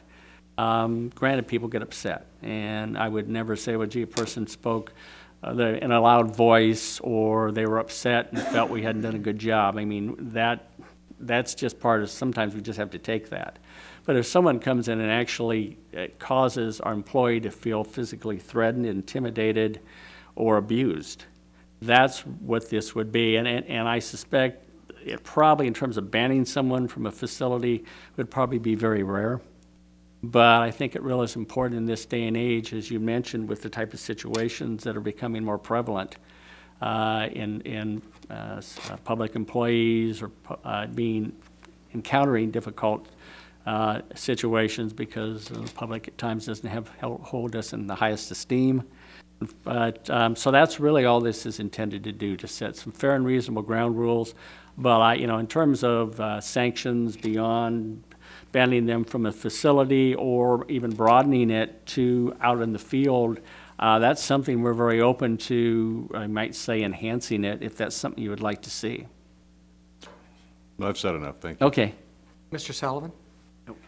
Just to address, as a policy, we're not passing an ordinance that has penalties or fines or criminal sanctions to it. So whatever this policy says wouldn't give the police department any guidance. They would just go off of whatever the statutory requirements are of disturbing the peace, or, which, by the way, is easier to disturb than you think, or misconduct or otherwise. So from that standpoint, I don't think it's creating anything. The only thing I was going to mention, and I think I've been around here maybe going on 8 years, in the 8 years, I know of only one person that we've actually banned from facilities, and that was just one park because of some issues that came up, and that was lifted the following year. Mr. Hanson? Thank you. I guess when I kind of look at this, pretty much all these things seems common sense. So the only issue that I have is that if, let's say it's a pool, who bans that person? Does the pool manager ban them? Do they have to come here to the council? What's the remedy for being banned? Can you come back and try to get reinstated? Who makes the decision what is offensive and what isn't offensive? I just have, when it goes into that, it's so subjective on the way that it's set up here. Most of it seems like it's just common sense, and then down at the bottom, repeated violations may be permanent suspension of facility privileges. Well, then my next question is, have we had a problem with this in the past? If you only mentioned one instance since you've been here, you know, I can see it as a guideline. I just don't know that you want to establish something that as a code of conduct that somebody is now going to have the responsibility of banning somebody, and whose responsibility is that? If it's an instance where I think that they're out of control or they're whatever, then they call the police department and they bring them down and they follow their operation procedures on whether they're violating the law or not. I guess, John, the way I'd answer it, again, they are common sense, but unfortunately we have times when people don't use common sense. We haven't banned a number of people. That doesn't mean we haven't had incidents of employees being subjected to very, you might say, intimidating situations. It would be no different than any other, situation that would come up. Clearly, someone isn't just going to be automatically banned. There would have to be a report prepared in terms of what occurred. What was the issue? To what extent was a citizen or customer, being acting badly? It would be reviewed no different than if we have a complaint filed against an employee by a citizen in terms of whether there's disciplinary action. You would investigate that to review the facts to really determine whether there was a adequate basis to take action. But we have had instances occur. That's one of the reasons why we have panic buttons.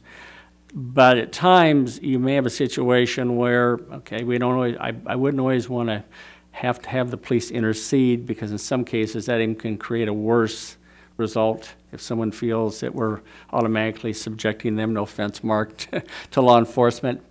In some cases, because it's common sense, it's really to get their attention. So they realize that, in fact, this is the type of behavior that's either acceptable or isn't. But sometimes you have to have those guidelines, and if you don't do it as a code, we have a code of conduct and code of ethics for us as employees and for elected officials that we're expected to adhere to. And that is a very hard and fast, strict policy. And this, again, is intended to be more guidelines, but again, it needs to have some reinforcement that is an adopted policy. Otherwise, people just ignore it. Figure, well, you say you've got this, but there's no consequences. In terms of, now and then you may have a situation at a pool, and Mike, you're here, and Jeff, probably again, that would be a situation that, based upon probably the pool manager's report to their supervisor as to whether a youth or a parent should be banned from a pool facility. It can happen. In my 29 years in city management, there's been times where we've either had a youth who created threats or disturbances, sometimes just total disregard for a lifeguard's directives, in creating an unsafe situation. And at times we've had situations where a parent would get out of control. Steve brought up a situation of ball games. Sometimes you can get some very, difficult, and you've got a 17-year-old lifeguard basically who feels like they're, in a very tenuous position. So, but no one would be arbitrarily banned. I guess my only comment, I have a difficult time thinking of us as a city council determining what all the citizens of Bellevue that are out there and how they're going to conduct themselves. And I can understand it when it's just strictly with our facilities. But I just have a difficult time knowing who's going to ban it, who's going to enforce it, what's the procedure. You mentioned a few things. Could be a personality conflict. Somebody might come in and say causing disturbance or disruption. They might think they're not doing anything bad. But on the other hand, the other person does think they're doing something bad. Yeah. I guess, John, it'd be very similar to our normal disciplinary process, where if someone's going to be banned, that's going to have to be, you might say, adequate information provided, and it's going to have to come from a director or a supervisor, and so obviously I'm going to have to be involved, or the mayor as well on that. Again, I wouldn't see that happening. So it's not going to be basically just knee-jerk actions on the part of a pool manager banning somebody from a facility. Again, it's going to have to be a situation where it's pervasive and where there's an adequate, documentation as to the severity of the issue on that. And But we're not going to, clearly not let if you enact something, we're not going to let it run amok where people are being banned left or right. It's going to have to be truly grievous situations that occur that warrant that type of action. Yeah, you were going to say something. Mrs. Blood? During strategic planning in 2014, prior to you coming onto the council, Councilman Hanson, we talked about the importance of jointly the council and administration, couldn't get that word out, providing excellent customer service to the citizens of Bellevue. And part of that discussion was the waste of taxpayer money that was being utilized actually quite frequently during that year. Staff having to deal with, I don't know, more polite way to say it, wear-outs. It wasn't a matter of people not being allowed to express their opinions. It was a matter of people sincerely and literally wasting the time of many of our staff people. Our staff people have strived to provide excellent customer service, which is our expectation, because no matter how good a job we do up here, how good a job the administration does, the litmus test is always going to be how well we provide services in our municipality. And so we saw that this was a hurdle to providing excellent service to the citizens and a waste of taxpayer money. And so during that strategic plan, as you saw in the action plan that was on our desk today, administration was asked to create a code of conduct. Now, the one thing that I'm really concerned about is that we're going down this path where we're talking about legalities. You know, whether we have this this code of conduct in place or not, everything you're talking about is already covered under a code, under law. If somebody comes in and they're physically abusive or threatening, we're going to call the cops, whether we have that code of conduct or not. But the code of conduct was a way for us to set a template to explain that not only do we have expectations that are high for our city staff, but when a person comes in, and again, when we had strategic planning, we weren't talking about just one or two people. We weren't trying to set policy based on a minority. We said, how can we make sure that when the staff is here, that we are effectively using them and not wasting taxpayers' money by working with people that are basically coming in to cause trouble? And we're not talking about threatening actions, at least during strategic planning. That's not what the code of conduct was about. We weren't talking about angry parents, and we're talking about people that are coming in and refusing to leave, being given information, but they're not threatening in a way that we have to worry about calling at the time the police. But by setting forward a written policy, we can say, we're as concerned about customer service and providing these services to our citizens as our citizens are, and we are going to provide a template of what our expectation is because our staff time is valuable. I'm concerned because we're talking about all these other instances that really had nothing to do with what our original discussion was, and I feel like we have a tendency to nitpick and read between the lines, and I certainly hear your concerns, and I don't disagree that they're all things to be concerned about, but that's not what this is about. It really is about providing good customer service, our staff time not being wasted, utilizing taxpayer money in a way that is efficient. I can think of just one person in particular who really feels that when they come into a city building that if a staff person has to spend hours with them, even though what he really needs is maybe 10 minutes, he doesn't think anything of wasting that person's time. And our staff can ask them to leave, but it would be nice to have something that said, this is our expectation, and have this, just like you have, here's the fire exit. Just like you have, please put your handguns, leave your handguns outside of this building. It's just another, I don't know if you can compare those two, but it's just another template of us trying to do business better. But to take it down that path and start talking about the legalities of it, I don't think that's where we're trying to go. And if that's what the interpretation is, then maybe we need to sit down with our assistant city administrator for those of us that have concerns. But if you, I know Councilman Carmichael, you were at strategic planning in 2014, weren't you? Yeah, it was my very first meeting. And that was the gist of the conversation, was about customer service. And so I'm a little concerned that we're taking this in a direction that really is not the intent.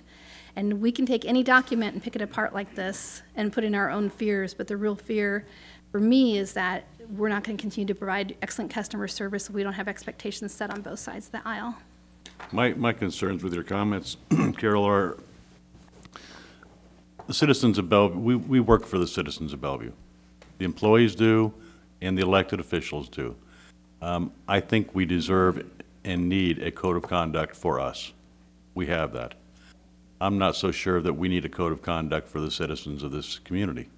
Now, whether that's nitpicking or not, I bring up points that I think are relevant because I see them all the time. And it's no more important for a 17-year-old referee on a baseball field to be intimidated by a parent because he just called his son out when he was clearly safe, as it is for the city clerk to be berated because somebody didn't get their ordinance on the agenda at the time. It happens in every department, and I think everybody's adult enough to handle those things. I don't know that we need a code of conduct for the citizens. So my question for you would be, why didn't you speak up during strategic planning when we put this into action? If I could interrupt, point of order, we're getting into the discussion, which is great, but that's for the meeting tonight. The point of this meeting is to ask questions. Yes. So if we could limit it to just the questions, this is healthy discussion. I appreciate looking at staff and the staff also being treated outside of the buildings. But I think all that needs to happen tonight, if I could be so rude as to No, point taken, Don. interject. And then I would ask one question, please, and that is, I think Mr. Hansen had a good point too.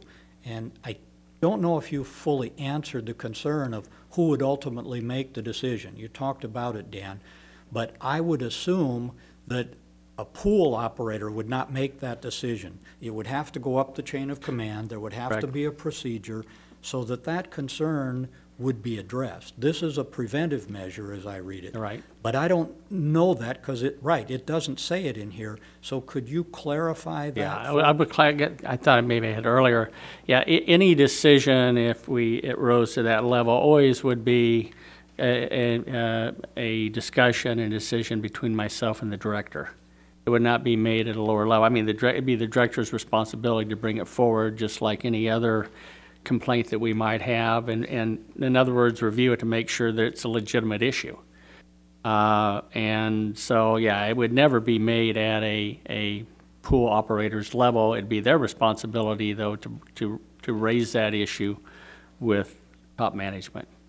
Okay. On that. It's no different than any other policies of sort at this level. It's at the top level of administration has to make those decisions. Thank you. End of my question. Yeah, and I might add real quick, and if this were enacted, that's part of the education or part of the process then of then putting it in place. So that way supervisors, managers, et cetera, they know that, in fact, that's the way it's to be handled. Mr. Burks. I just wanted to share a couple things from the research that we had done. One, this policy is as much for the staff as well. It provides clear general guidelines for them when they can end a conversation or pass the problem on to their director or something of that nature. And second, I found through the research that this policy is also as much for the citizen as it is for the city. Because when you're doing business with the city and you're standing behind someone who's being belligerent to one of the staff members, that creates another level of environment for the people doing business with the city of Bellevue as well. And finally, it was somewhat ironic when we started doing the research on this, we received a visit in the Permits and Inspections Department from a sovereign citizen who was very disruptive, and that's what their goal was just to try and disrupt the department into making a decision that they were not prepared to make a decision just to get rid of the problem. So at that time, there was not a lot of clear direction on how to handle someone that aggressive.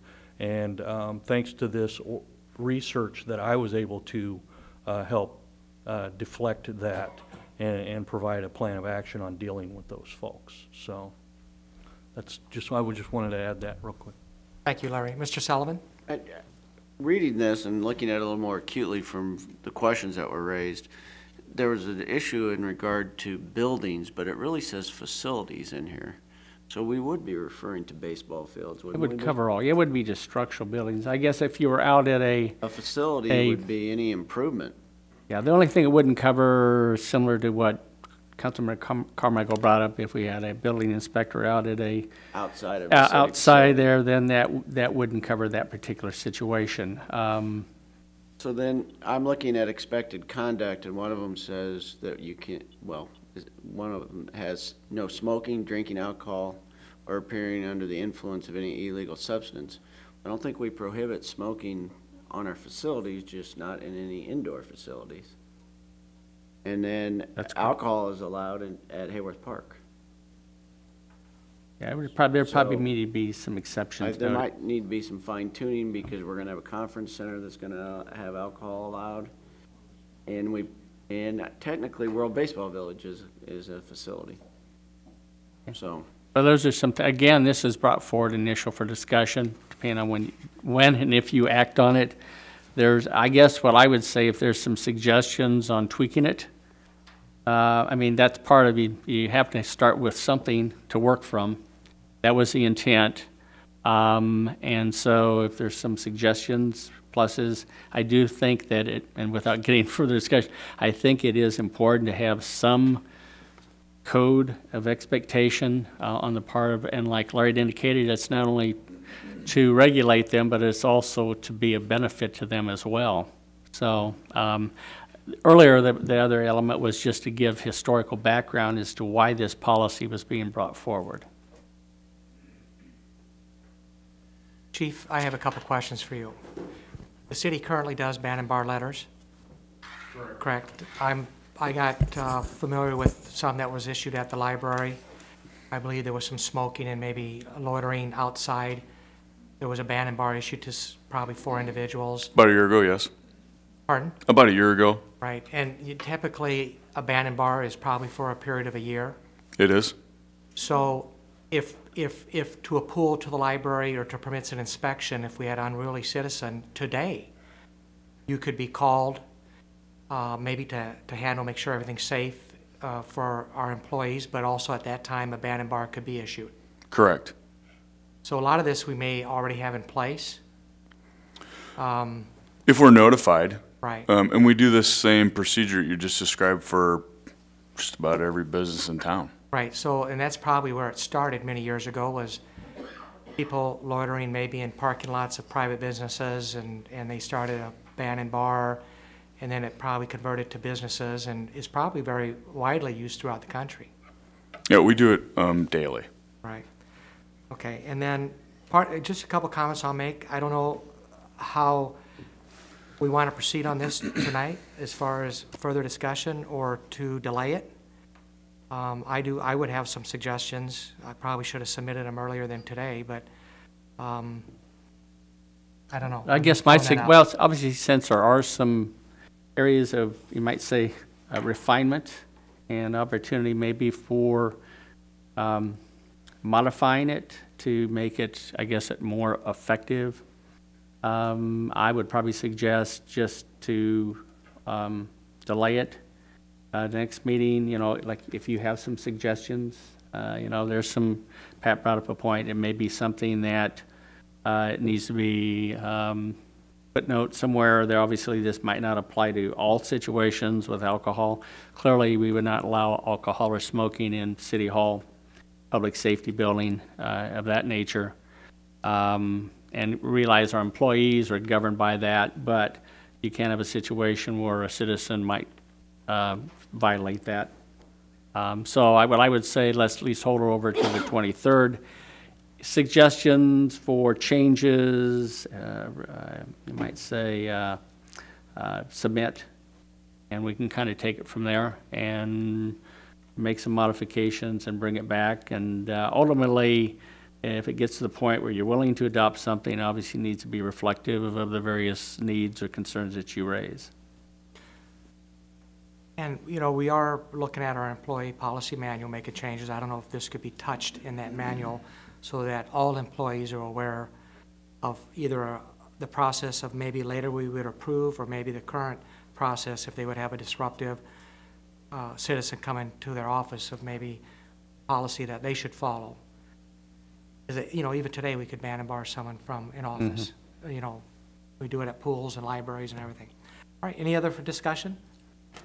Oh, Mr. Preister? I support what you just said, Councilman Cook, in terms of carrying it over. I would just hope that if there are other concerns that haven't already been expressed, that people don't wait with those, that we get those to the administrator as soon as possible so we can move ahead. I respect the ban and bar, but again, that's talking about the legal implications. This is a policy, not necessarily a legal aspect. So if there are things with the policy, I think getting those to Dan as quickly as possible so that Pat can go over them is important. And if anybody has them now to verbally say, then the public is aware too. So my point is, I don't want to just skip over it and then delay things. So if we have concerns, and I think some very good, legitimate things have been raised, let's make sure we get them included, and bring it back so we're all satisfied. Yeah, and one last comment I'd make, and again, the intent of this is not to get to the point of ban and bar. That's not the intent. The intent is for people to understand what conduct is expected on the part of the public so they don't get to that point. Where we, because that's the extreme, and that's the exception that we really want to have to deal with. So yeah, anything that in terms of some changes, revisions, enhancements, and that, please get that to me, and we'll bring something back to you. I believe either tonight, or if we delay it, I think tonight we should take public input. Or if we delay it in 2 weeks. Well, I would maybe suggest, since you, the council, has some suggestions, let's revise it and then have the public, because otherwise they're going to comment on something that's going to change, and they're going to say, well, we came and now these things have changed, and so we wasted our time, or good. So. All right. Okay. Any other discussion? All right. Item 12H, adoption of the City of Bellevue Strategic Planning Report for 2015 to 2017. Mr. Rapulis? Yeah, just very quickly, you're all very familiar with how this came about. Again, for our 2015 strategic planning session with the council and management on January 15th. It was a very successful day. Very complete notes were taken. That's used as a basis for our consultant, Ms. Fitzsimmons, to prepare the planning report. A draft of that was provided to all directors, management, as well as to the council and mayor to review for corrections, revisions. And so you have before you the final document.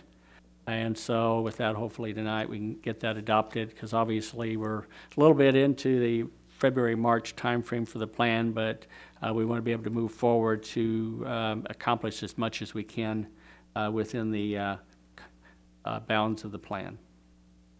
Any further comments? No? We'll go back to our regular agenda for the pre-council meeting. Item number 5, executive session. Do we have a motion? Mrs. Blood?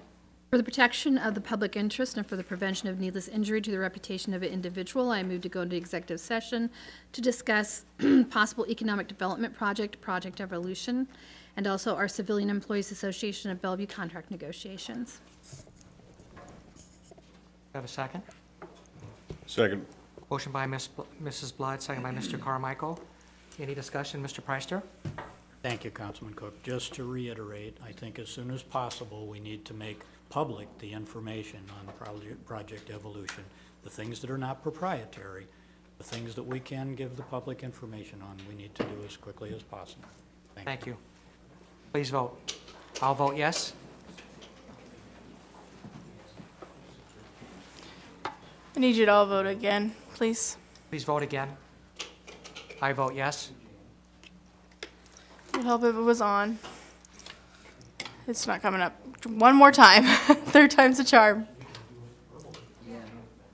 It's going now. It's okay. Please vote. I vote yes. Okay, all voted yes. Okay, it is 3:37. We will go into executive session to discuss the discussion on possible economic development project evolution. Number 2, discussion on Civilian Employees Association of Bellevue contract negotiations. Thank you.